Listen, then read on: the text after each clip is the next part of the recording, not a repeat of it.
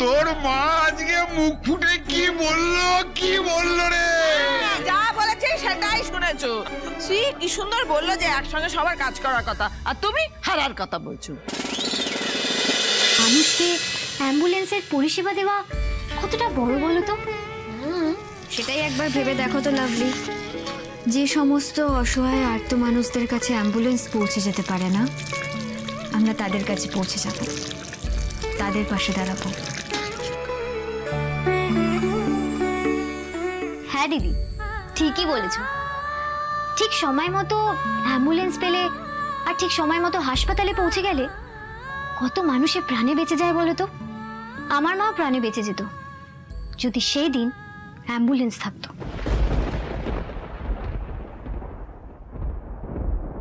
প্রাণে বেঁচে যেত মানে? তুমি তো বলেছিলে তোমার মা বাড়িতেই আছেন। মা নয় গো, সৎ মা আছে বাড়িতে। সৎ মা? তুমি সৎ মায়ের কথা তো আমাকে বলোনি লাভলি।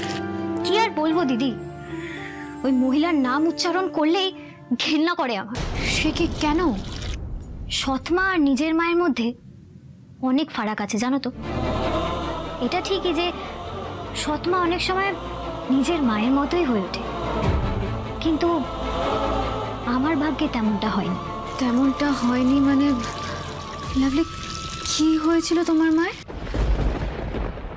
আমার তখন 10 বছর বয়স, অনেক রাত হয়েছিল, তাই মা আমাকে ঘুম পাড়িয়ে দিয়ে বাবার জন্যে অপেক্ষা করছিল। হঠাৎ ঘুমের মধ্যে মনে হলো যেন বাঘে আমাকে থাবা মেরেছে, আর উঠে দেখি। তারপর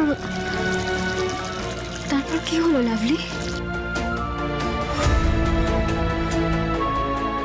লাফ দিয়ে উঠে দেখি মা কেমন যেন একটা করছে, নিঃশ্বাস নিতে পারছে না, খুব ছটফট করছিল, খুব কষ্ট হচ্ছিল মায়ের। তখনও বাবা ফেরেনি। আমি একা বাড়িতে কি করব কিছু বুঝে উঠতে পারছিলাম না। আশেপাশে লোকজনদের ডাকলাম, আর আমাদের ওখানে না কারো গাড়িও নেই। যেমন তেমন করে লোকজনদের জড়ো করতে করতে, গাড়ি জোগাড় করতে করতে না অনেকটা লেট হয়ে গেছিল। আর গাড়ি আসা মাত্রই মাকে কোলে নিয়ে বসার সঙ্গে সঙ্গে মা শেষ।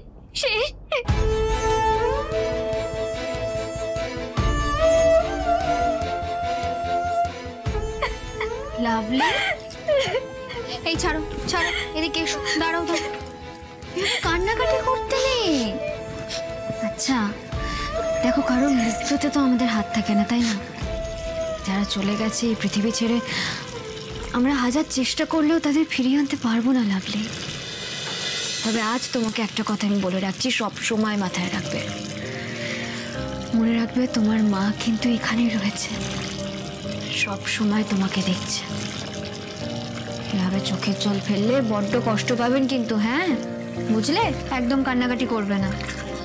আচ্ছা লাভলি, তারপর কি হলো? মানে তোমার বাবা আবার কবে বিয়ে করলেন? বছর ঘুরতে না ঘুরতেই বাবা সৎমাকে নিয়ে হাজির হয়ে গেল। আর সেই সৎমা আসার পর থেকেই আমার সাথে একেবারে কুকুরের মতো ব্যবহার করতে লাগলো। শুধু আমাকে দিয়ে দিয়ে তাড়িয়ে দেওয়ার জন্য উঠে পড়ে লেগেছিল ছোটবেলা থেকে। সত্যি লাভলি, এত কষ্ট তুমি তোমার বুকের মধ্যে চেপেও সারাক্ষণ কি সুন্দর হাসি মুখে থাকো তুমি।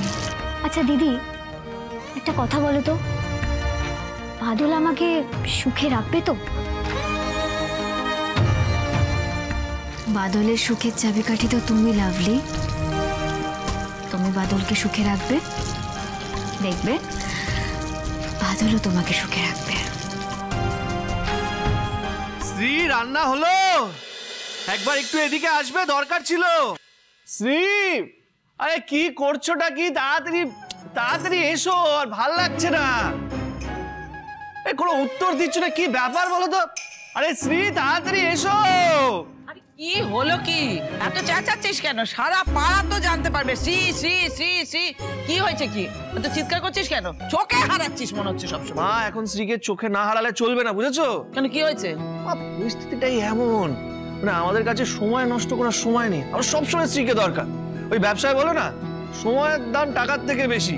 আরে শ্রী, তুমি কি শুনতে পাচ্ছ না? কখন থেকে ডাকছি, এখনো ভেতরে আসছে, দাঁড়া। তারা ও এইবার বুঝতে পারলাম। মা তোমাকেও না মা বলি। আর কেন, আমি আবার কি করলুম? মানে কিছু করনি, সেই জন্যই তো বলছি। মানে এই কটা দিন একটু রান্নাঘরের দায়িত্বটা তুমি নিতে পারলে না?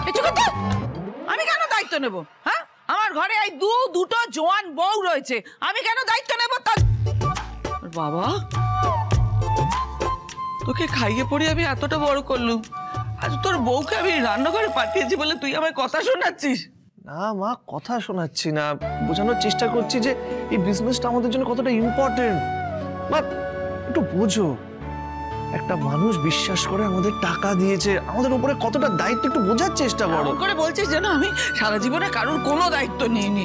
আর বাড়তে এসব কথা আমি বলতে চাই না। তুই আমাকে একটা কথা বল বাবা, এই যে ব্যবসাটা করছিস সেটা যখন বড় হবে, সব ঠিক হয়ে যাবে, আমার জন্য তুই তখন কি করবি বল বাবা? তোমার জন্যই তো সবকিছু করবো মা। একবার ব্যবসাটা সেট হয়ে গেলে মানে তুমি পায়ের উপরে পা দিয়ে বসে থাকবে, আর তোমার চারপাশে শুধু কাজের লোক থাকবে। তুমি অর্ডার করবে আর ওরা তোমার কাজ করবে। তুই বলবে আমার এটা চাই, আর রান্নার লোক তোমার এইভাবে দেবে। ব্যাস, তুমি শুধু এনজয় করবে। সত্যি বলছিস বাবা? হ্যাঁ, তোর ব্যবসা দাঁড়িয়ে গেলে এত কিছু হবে, আমি পায়ের উপর পা দিয়ে বসে থাকবো, সব হবে বাবা? হ্যাঁ মা, নিশ্চয়ই হবে। হ্যাঁ মা, একসাথে লড়াই করলে সব স্বপ্ন পূরণ হবে। আর আপনি দেখবেন আপনার ছেলে আপনার সব স্বপ্ন পূরণ করবে। আরে সুভাই, কথাটা শোনোনি? 10 মিলে 20 কাজ, হারিয়ে যেতে নাহি না। এসে একটা আলটপকা কথা বলেই দিল। কি সুন্দর একটা ভালো কথা বললো, আরে মাঝখান থেকে এসে একটা খারাপ ফোড়ন কাট। কিন্তু আমি কানে কি শুনলাম? ওরে বাদল, তুলি আয় আয় এদিকে আয় আয় আয় আয়। কি হয়েছে? তোর মা আজকে মুখ ফুটে কি বললো রে? যা বলেছে সেটাই শুনেছো। শ্রী কি সুন্দর বললো যে একসঙ্গে সবার কাজ করার কথা, আর তুমি হারার কথা বলছো। হারার কথা কোথায় বললাম আমি? এই তো বললে যে হারি জিতি নেই লাজ।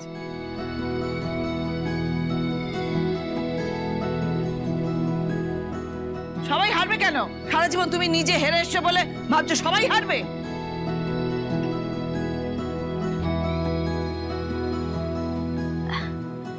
আমি তো নিজের কানকে বিশ্বাসই করতে পারছি না। মা, তোমার কাল রাতে ঠিক করে ঘুম হয়েছে তো?